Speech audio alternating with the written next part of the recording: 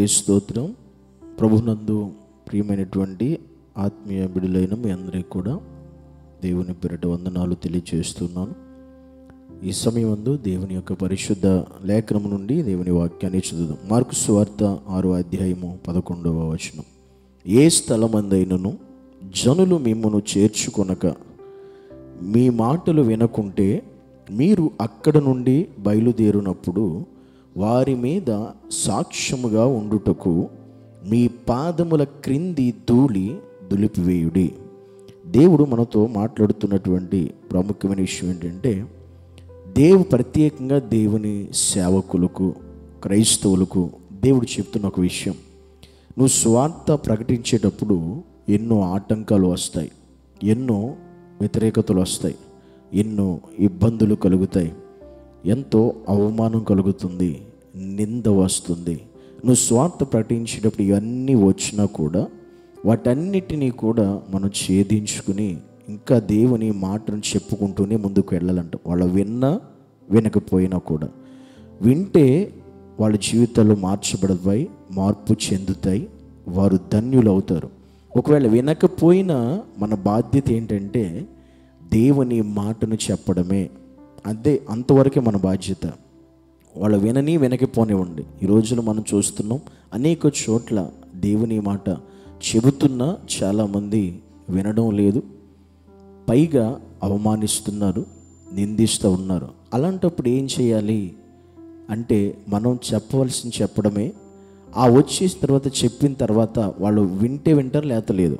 వినకపోతే వాళ్ళు పట్టించకపోతే మాకు వద్దు అని గెంటేస్తే, మాకొద్దు అని త్రోసేస్తే అప్పుడు ఏం చేయాలి అని వాక్యం చెబుతుందంటే, మీ పాద ధూళి అక్కడ దులిపి వచ్చేయండి, అదే సాక్ష్యం చెబుతుంది అన్నాడు దేవుడు.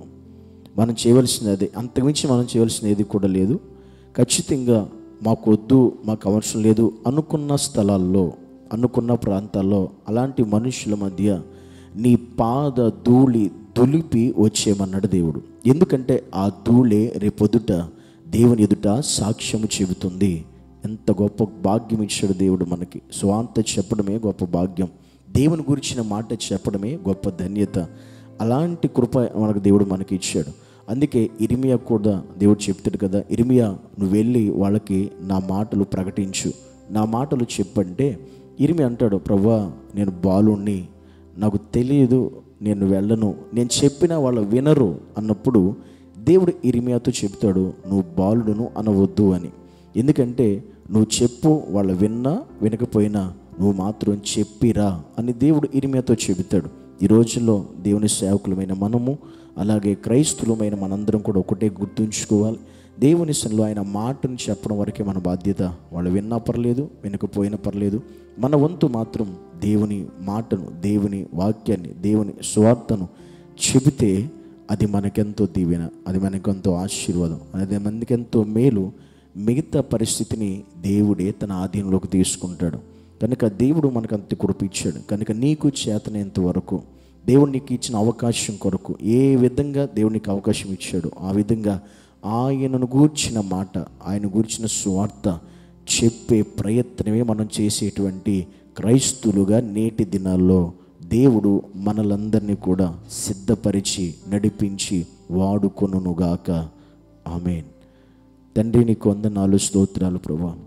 ఈరోజు నీ సన్నిధిలో నిజమే అనేక చోట్ల స్వార్థ ప్రకటించే ఆటంకాలు, అవరోధాలు, వ్యతిరేకతలు, ప్రతికూల పరిస్థితులు ఎదురవుతున్నాయి.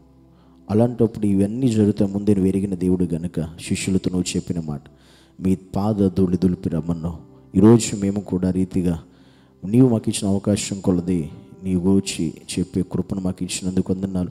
అలా చెప్పే ప్రతి ఒక్కరిని, సేవకులను, కుటుంబాలను, క్రైస్తవును బిడ్డలను దీవించి ఆశీర్వదించి నీ కృపతో నింపి నడిపించమని, యేసు నామములో ఇంకా నీ స్వార్థ విస్తరించబడుటకు సహాయించమని, అంతటి స్వార్థ ప్రకటించబడాన్ని నీ చిత్తం నెరవేర్చబడినట్లు కృప చూపించమని యేసు నామములో ప్రార్థించి వేడుకుంటున్నాము తండ్రి. ఆమేన్.